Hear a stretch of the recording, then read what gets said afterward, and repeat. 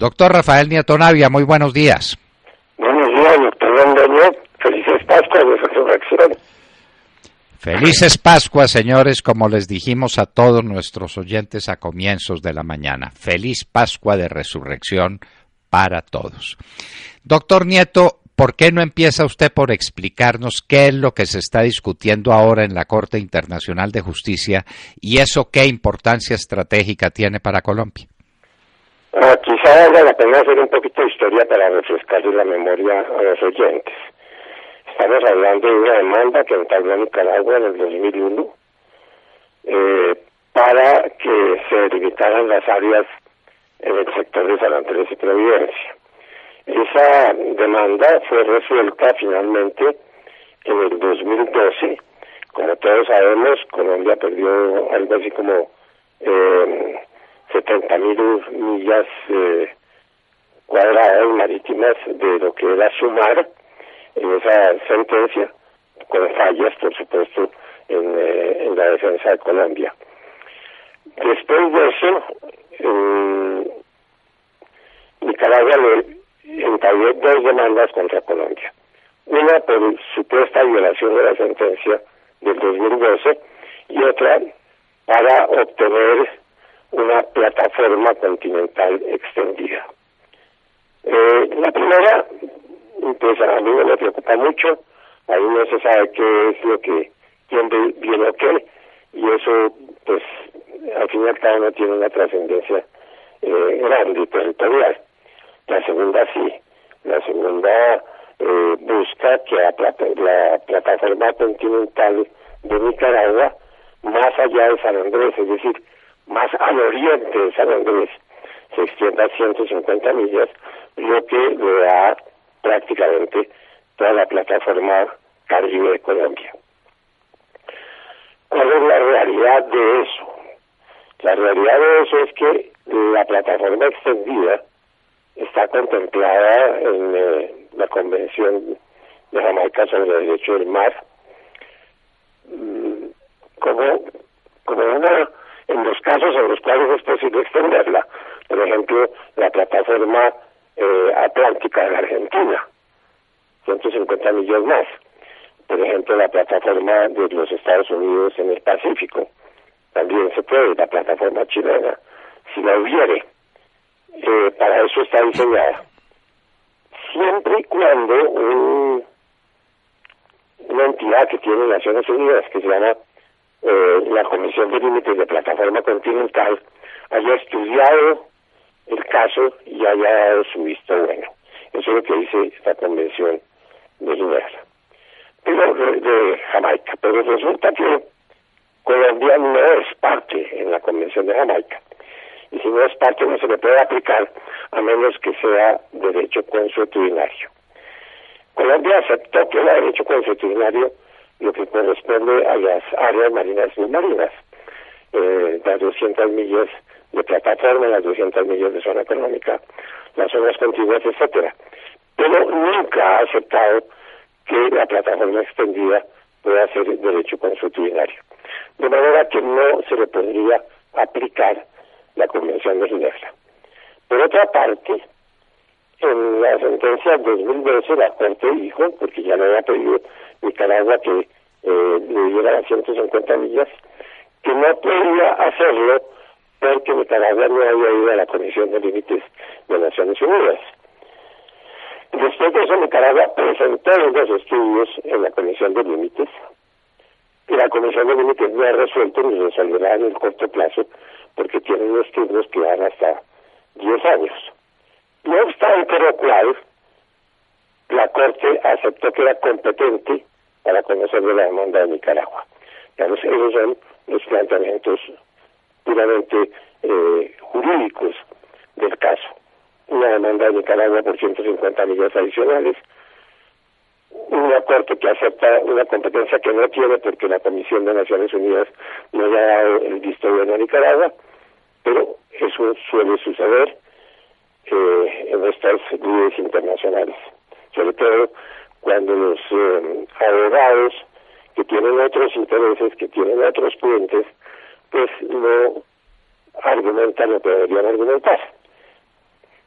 tengo que confesar que no sé qué dijo Nicaragua en la demanda, porque lo que sabemos es el documento inicial de iniciación del trámite, pero la demanda, que es un documento formal que Nicaragua presentó hace poco, no la conocemos. Tampoco, por supuesto, conocemos cuáles son las ideas que tenga Colombia para defenderse de eso en la contramemoria, cuyo plazo vence en el mes de septiembre.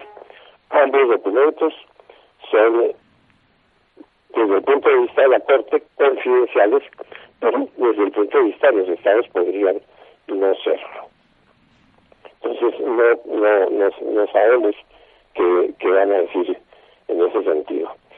¿Cómo habría que plantear la defensa de Colombia? ¿Cómo se había plantear desde el principio?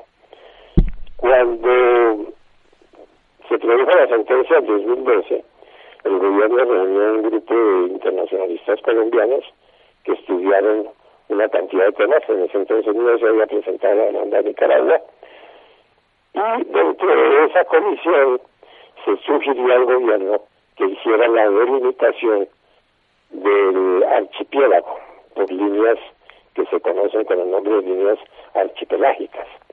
¿Por qué? Porque es que las áreas marinas y submarinas se miden desde las líneas de delimitación. Trátese de la costa, no de la baja, trátese de las líneas de base rectas que unen los puntos más sobresalientes. En el caso de San Andrés, se podría haber trazado una línea desde los cayos del este-sudeste hasta Roncador, lo cual le daría a Colombia la posibilidad de contar las áreas marinas y submarinas de San Andrés, no las de la costa continental, sino las de San Andrés, 80 millas más al oriente de lo que están las islas principales del archipiélago, San Andrés, Providencia y Santa Catalina. Eso lo ordenó un decreto del gobierno, que es el decreto 1946, pero luego se modificó y se eliminó esa obligación de hacer esa delimitación. ¿Por qué? Yo no lo sé. Traté de averiguarlo, le pedí a la DIMAR que me diera los datos de los puntos geodésicos de las líneas de base, y la DIMAR finalmente contestó el derecho de petición diciendo: nosotros hicimos ese trabajo, lo entregamos a la Cancillería y está en las manos de la Cancillería decidir si se fijan o no las líneas de base. No fijar las líneas de base es un pecado en materia grave, porque, como digo, le quita a Colombia la posibilidad de contar su plataforma hacia el oriente, 80 millas al oriente de donde están las islas. Pero no lo han hecho. ¿Por qué? No tengo la menor idea. Esa es la situación, eso es lo que le puedo decir, doctor. En cuanto a los argumentos reales que haya presentado Nicaragua o Colombia, no sé, porque no los conozco. Doctor Nieto, además pues de esa posición completamente inexplicable y desconocida de la Cancillería colombiana en frente de un decreto que la obligaba y en frente de una recomendación de nuestros expertos internacionalistas, tenemos un proceso que está cursando en la Corte Internacional de Justicia, y lo que salió en los periódicos era la noticia de que Colombia abandonaba su defensa en ese proceso, lo que significaría, han comentado algunos, quedar en manos de las pretensiones iniciales de Nicaragua, porque no hay contradictor. ¿Qué nos puede contar usted sobre ese tema gravísimo para el porvenir del país? Sí, bueno, ese es un tema que hay que tratar detenidamente. Colombia se retiró su aceptación de jurisdicción de la Corte Internacional de Justicia. Después de eso se entablaron las demandas de Nicaragua, pero cuando salió la sentencia a esas demandas sobre excepciones preliminares, que son las que definen la competencia de la Corte, Colombia dijo con toda la orquesta y con toda la banda detrás y las trompetas que no aceptaba la jurisdicción de la Corte y que no asistiría a la Corte Internacional de Justicia. Legalmente, ¿qué pasa? Corte tiene, porque dijo así en su sentencia de sesiones preliminares, competencia para conocer de esos casos. Y, de acuerdo con el estatuto y el reglamento de la Corte, cuando la Corte dice una cosa como esa y el Estado no concurre, la Corte sigue adelante. ¿Con qué? Con las herramientas que le dé el demandante. Son las herramientas que la Corte tiene, porque si no recibe información del demandado, pues va a decidir con lo que tiene ante sí. Yo siempre considero que esa era una posición errada, que Colombia no ha debido hacer eso, que Colombia debe presentarse. Ahora dicen los rumores que Colombia va a presentar de todas maneras un escrito, digamos una especie de documento extrajudicial para que los jueces se enteren de cuál es la posición de Colombia. Pero primero, no sé si eso lo van a hacer de verdad, y segundo, pues una cosa es presentar un escrito judicial y otra un extrajudicial, y luego no concurriría a las audiencias, que son, en mi opinión, realmente lo que entera a los jueces de cuáles son las demandas y las respuestas. ¿Verdad? Pues es un error terrible. Es una especie, pues, de confesión ficta o una especie de allanamiento. Colombia se entrega a las pretensiones de Nicaragua. ¿Es más o menos así? Claro, porque la Corte solamente puede considerar en el procedimiento lo que tiene en el expediente. Y si no tiene una defensa, no tiene una contramemoria que se llama, cuyo plazo fijó la Corte como si Colombia estuviera dentro del proceso para finales del mes de septiembre. Colombia debería presentar su contramemoria a finales del mes de septiembre y luego ir y concurrir a las audiencias. Si Colombia no presenta la contramemoria, de todas maneras la Corte va a fijar unas fechas para las audiencias. Y si no va a las audiencias, pues la Corte va a decidir sin tener los elementos de juicio de la defensa colombiana. Doctor Rafael Nieto Navia, esa posición de Colombia, que es de una gravedad extrema para el porvenir de nuestros derechos sobre el Mar Caribe, esa posición fue recomendada por la Comisión Asesora de Relaciones Exteriores, por la misma comisión de juristas que usted mencionó antes y que dio la recomendación sobre la delimitación de las áreas marítimas en San Andrés y Providencia. Esa recomendación se conoce. Hay un documento en el que conste cuáles son los sustentos que tiene Colombia para tomar una posición tan extraordinariamente delicada, tan peligrosa para el porvenir del país. ¿Qué se sabe sobre eso? En lo que respecta a la Comisión de Juristas, nunca se recomendó semejante cosa. Nunca se recomendó eso. En lo que respecta a la Comisión Asesora, no sé si la consultarían, pero creo que no, porque no existe constancia de que lo hubieran hecho. Eso fue simplemente un implantus del gobierno, del presidente y de su canciller, que decidieron para darle gusto a la opinión pública, como si eso fuera necesario para darle gusto a la opinión pública, para mostrar que teníamos la dignidad, que no aceptábamos la sentencia de la Corte. Yo creo que ese es un error y es una responsabilidad exclusiva del presidente y de su canciller. Doctor Rafael Nieto Navia, ¿qué importancia estratégica tiene para Colombia perder o no perder semejante cantidad de plataforma marina? ¿Qué importancia tiene? Bueno, todos los estados tienen derecho a una plataforma, todos los estados costaneros tienen derecho a una plataforma continental submarina de 200 millas. Cuando las costas de otros estados están enfrentadas o tienen sus propios límites enredados, hay que delimitar. Eso es lo que se llama la delimitación de áreas marinas submarinas. Colombia tiene unos tratados en el Caribe, con los países del Caribe, tiene tratados con Panamá, tenía tratados que nunca se ratificó, pero que se había firmado con Costa Rica, tenía un tratado con Honduras, que la Corte se lo comió completamente en su sentencia del 2012, tiene un tratado con Jamaica, en fin, esa área estaba debidamente delimitada entre los estados interesados, teniendo en cuenta que había un archipiélago que es el archipiélago de San Andrés. Si la Corte decidiere otorgarle 150 millas más a Nicaragua, esas 150 millas más entran contra la plataforma colombiana, contra la plataforma que tienen todos los estados, que no es una plataforma extraordinaria. Lo que es extraordinario son las 150 millas.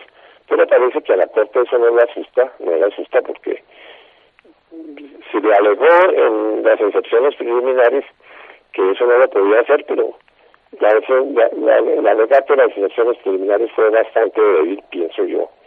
Y la Corte dijo que sí, que iba a conocer y que iba a ver. De manera que eso es gravísimo porque le muerde la plataforma continental a toda la costa caribe colombiana. Pues de una gravedad extraordinaria, doctor Nieto, y eso no lo discute la opinión pública, eso no lo sabe la opinión pública. Estamos seguros de que para gran parte de nuestros oyentes, si no para todos, esto todo es una sorpresa enorme, y así nos estamos jugando el porvenir sobre el mar. Entonces, usted nos dice que para el mes de septiembre tendría que presentar Colombia su contramemoria. Ya dijo que no la iba a presentar. No sabemos si finalmente la presente, si se arrepiente de sus declaraciones anteriores, si la presente o si no la presente definitivamente. Dado un caso u otro, ¿para cuándo se estimaría más o menos que tendríamos sentencia en la Corte Internacional de Justicia? Pues eso es difícil. Fíjese usted que la demanda del 2001, las excepciones preliminares las resolvieron en el 2007 y la sentencia final en el 2012, 12 años. Aquí estamos hablando de unas demandas presentadas en el 2013, si le sumamos los mismos 12 años serían el 2025. Pero siendo un poquito más realistas, en este 2017 se debería presentar la contramemoria en septiembre. La Corte, si eso fuera normal, el procedimiento normal, fijaría unas audiencias, digamos, para el primer semestre del 2018 y se tomaría 1 año y medio, 2 años para su sentencia final. Pero pues todo esto es conjetura porque no tenemos idea de qué es lo que va a suceder. Pero bastante más fácil tomar una decisión si no hay contraparte. Es decir, si estamos de por medio, si está de por medio un allanamiento o una confesión ficta y solamente la Corte tiene que atenerse a lo que una de las partes ha dicho. Sería, al parecer, esa decisión bastante sencilla, ¿o no, doctor Nieto Navia? Por supuesto que es mucho más fácil decidir con los argumentos de una sola parte que tener que confrontar y decidir sobre los argumentos de las dos partes. Eso es obvio. Y no creo que presentar un papel que no sea oficial produzca efectos. A lo mejor habrá algunos jueces que lo leen, pero yo que tengo experiencia en cortes internacionales le digo que los jueces no, y los jueces de la Corte Internacional de Justicia menos, no tienen tiempo de leer todo. Lo que define realmente, lo que les informa realmente qué es lo que está pasando para que ellos estudien las sentencias son las audiencias. Son las audiencias. Claro, audiencias en las que no se presentaría sino una de las partes. Y porque la otra parte, Colombia, resolvería en un ataque de dignidad que no asiste. Y entonces quedamos en manos de lo que decida la Corte Internacional de Justicia, que no huelga recordarlo, es parte del sistema de la Organización de las Naciones Unidas. Esto no son unos loquitos que toman decisiones al azar, sino que son en últimas las Naciones Unidas a través de su brazo jurídico o su brazo judicial el que toma esta decisión, ¿verdad? Así es.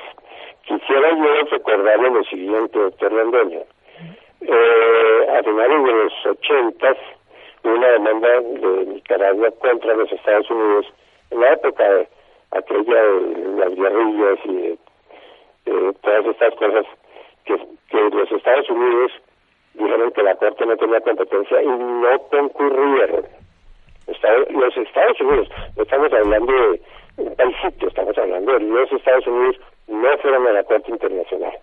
La Corte Internacional decidió contra los Estados Unidos, de 13 puntos, 12 en contra de los Estados Unidos, en una sentencia famosa sobre las actividades militares y paramilitares en y contra Nicaragua. De manera que, si eso le pasa a los Estados Unidos, pues imaginémonos qué nos va a pasar a nosotros. Bueno, así nos estamos jugando pues el porvenir, calladitos la boca, sin darle importancia a eso, como si fuera un asunto menor, como si fuera pues cualquier tema de estas relaciones con Venezuela, de que abren la frontera, cierran la frontera, pasa un camión, no pasa un camión, así nos estamos jugando el porvenir, nos estamos jugando nada menos que el derecho al mar, que es una de las propiedades más preciadas de los estados y de las condiciones más definitivas para ejercer sus derechos sobre semejante porción de mar. Doctor Rafael Nieto Navia, cuánto agradecemos y nos tomaremos la libertad de seguirlo molestando porque estas cosas esenciales para el porvenir de la República no se pueden seguir haciendo de espaldas a los colombianos. Muchísimas gracias, doctor Nieto. Muchas gracias a usted por su invitación. Muy gentil, doctor Nieto.